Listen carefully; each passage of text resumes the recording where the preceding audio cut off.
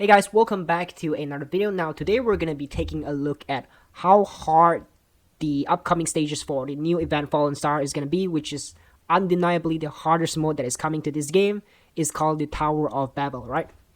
Now I think a lot of people is going to struggle in these stages, so I kind of want to guide you through that, what you could expect, so you don't get super confused when you just got into the game after the new update. So I'm going to guide you through everything.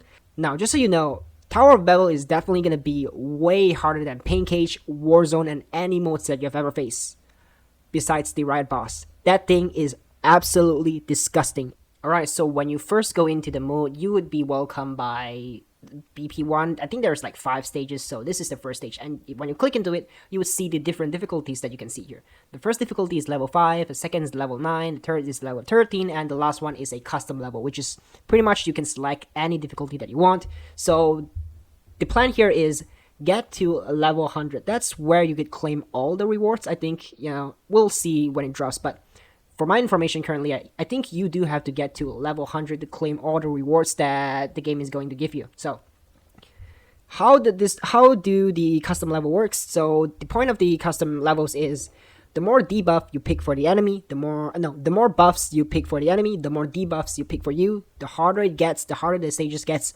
the higher the level is. So if you complete a whole stage in full maximum difficulty, you would achieve like level 66. So if you want to achieve like level 100 to claim all the rewards, the second stages, all you have to pick is level 34 and you would reach like level 100 and you would be able to claim all the rewards. Now, level 66 isn't as easy as you think. Why? Let me show you. Let's get into the video first. So first, let's take a look at how the custom level works, right? As you can see, there's like a small yellow numbers down on every difficulty. This is pretty much a buff to the enemy, so the harder you pick for yourself to challenge the enemy, the higher level you would go. Let's say if you pick 10 here and you didn't select any of the levels under there, this number would turn like 10, right? So if you clear the stage purely picking this buff for the enemy, as soon as you clear the stage, you would get like level 10. You would have achieved level 10, so you could claim any rewards below level 10. So if there's a reward section, like let's say clear Babel Tower at level 10, you'll be able to claim that rewards, but further on you won't be able to claim it. So the rest of it is pretty much like adding up. The more level you go, the higher this number is going to go. So if you clear that stage with that certain number, let's say if you clear the stage with like 30 levels, right? This number is showing here is 30. You'll be able to claim all the rewards before level 30, right? There will be a reward section for you. You'll be able to get all the rewards before level 30. So if you want to get more rewards above level 30, you do have to challenge harder and harder modes. Or maybe just challenge level 30 on this stage and then go into the next stage for the Tower of Babel and do the same thing again for level 30 and kind of stack it up. It does stack in different stages, but it doesn't stack in the main stages. Let's say if you challenge this stage at level 10, you clear it, you claim the rewards, and you challenge it again. At level 10, it doesn't stack up to 20. It will remain at 10. It doesn't stack on the same stage, but it does stack on different stages. That's why when we go into the video, you do see like BP1, there's like BP2, BP3, BP4, BP5. That's how it works. So I'll kind of explain all the debuff overview for you guys because you guys probably couldn't understand what shit this is saying, so I'll explain to you guys for now. So let's take an overview of the debuff, right? Look at the numbers down there. This is what you should be paying attention to. The higher you go, the higher the level this number changes. So if you add 10, you would go 10. If you pick this, it would go 10. If you pick this and pick this as well, it will go up to 18 because it kind of stacks up. The more you scroll down, the more debuffs you add for yourself.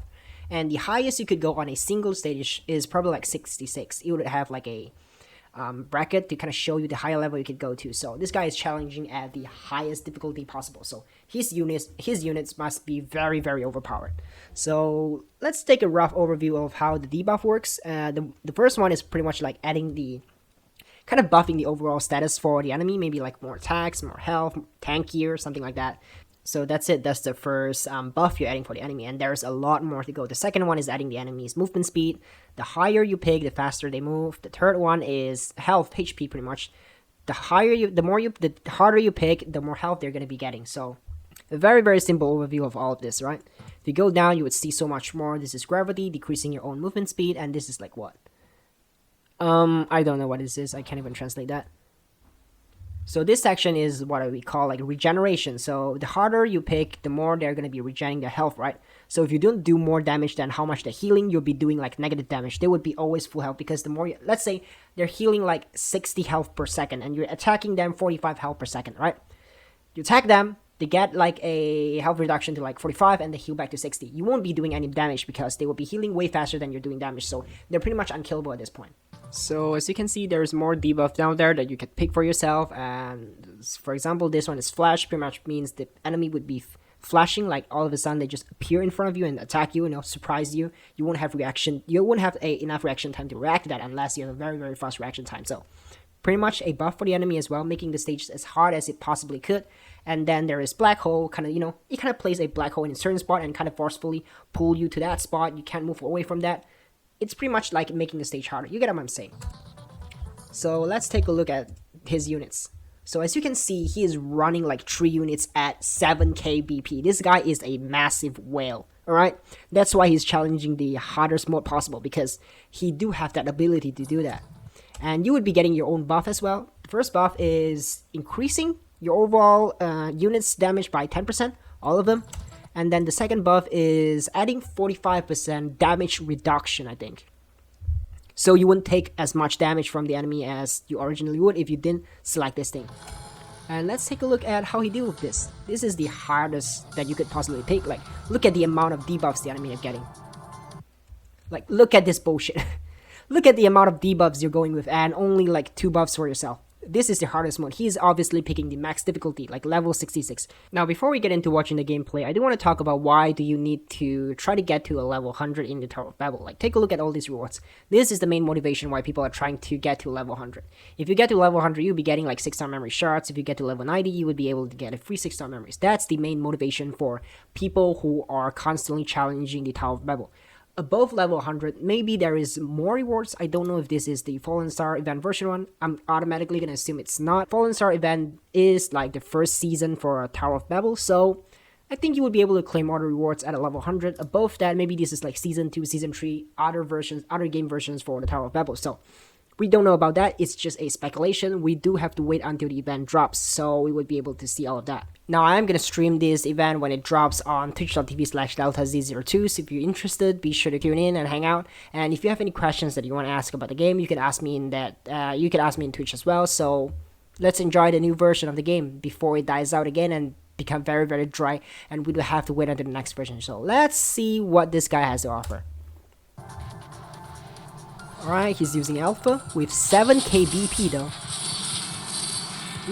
Take a look at all the debuffs that enemy has. Like, this is just insane. It's gonna be like so hard for everyone else when they're trying to challenge this mode, especially for Earth's peasants who only have like 5k BP at max on certain units, and our support is like 2k or 3k BP. This is gonna be really, really hard for us. So we could not try like maximum difficulty like he does. We would have to challenge around like lower difficulty, like level 20, level 30, or maybe level 40 at best. See here, goes into his core passive. Take a look at his health bar, man. Look at how much damage the enemy is dealing. They could pretty much one-shot him easily. So one thing I do want you guys to pay attention is a lot of people said that S-Class Liv is kind of in a very awkward position because she's on a DPS, she's a healer. You probably won't need a healer in a pain cage if you are able to one-shot the bosses, and Warzone doesn't do much damage to you. You'll pretty much be killing the wave as much as you possibly could because those are time restricting stages. Now, Tower of Babel is not a time restricting stage, so you could try as long as you want. That's why S-Class Liv plays a really important role in these stages, because she does insane amount of heals. You would be able to clear this stage way easier if you have an S-Class Liv. Now, I'm not saying that you should pull for an S-Class Liv or you should pick it on your S selector card. It's just a personal opinion. If you do have S-Class Liv, she's gonna be very useful in this stage. So let's take a look at how he cleared the stage. The quality is really bad though.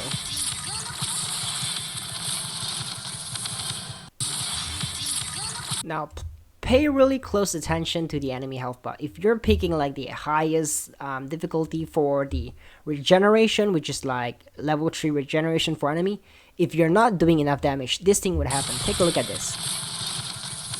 You're trying to kill him, but he's healing way faster than the damage you're dealing. You're not dealing enough damage, so they would be unkillable if you pick like the difficulty that you couldn't even handle. You couldn't even clear the stage no matter how long you try because you're not doing enough damage. You're doing negative damage pretty much. So they would be able to heal more. They heal more than the damage that you do. So you do have to have more damage. Or maybe if you can't clear the stage, if you pick like the difficulty is way too high, just tune down the difficulty. It's not that hard to tune the difficulty, and try to increase difficulty on certain things that you could be doing. Like maybe if they're too tanky, they heal too much. Don't pick high difficulty on those. Pick high difficulty on certain things that enemy movement is faster, black hole or something like this, flash, kind of things that you could deal with instead of things that you couldn't deal with. And this is pretty much how it works, right? And I think your units are actually locked in certain stages. Let's say if you use Alpha for BP1, you won't be able to use Alpha for BP2. They would actually lock your units on certain stage. I don't know about that. It's just like something that I searched on the forum and I kind of see that. I'm not sure if it's true or not. So yeah, just keep in mind of that. And look at how long it takes to kill this shit. He's healing and healing and healing and healing. So you do have to kill him fast enough. And that's not it. There's more. Look at how slow he's moving though. See that? That's when you pick like the maximum buff for the gravity, you won't even be able to move. Look at how slow he is moving. And let's take a look at the dodges, right? You think you would have 4 dodges when you're going to this mode. There is actually a debuff that is going to be placed on you where you could only do 2 dodges. So as soon as you do the 2 dodges, your dodges go into like the red zone where you have to wait for the cooldown. I don't think that BP1 has the debuff, or yeah. You do see that he has like 4 dodges. Maybe in like BP2, BP3, there is debuff for your dodge. You can't use your dodge that often.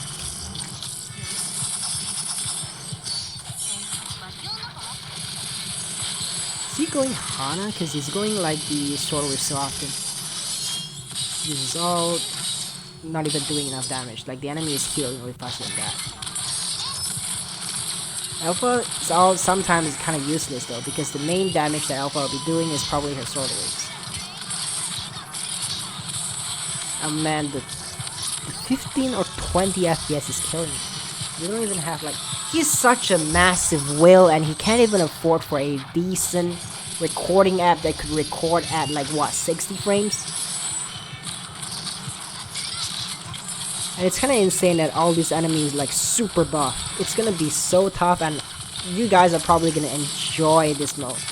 If you are a very hardcore player, this would be like really enjoying for you guys. But if you guys are just casual player, this would be a hell for you guys, because you guys don't even want to do all this shit. You just want to get the rewards and just never play it again. But unfortunately, this is not the mode for you to kind of slack on.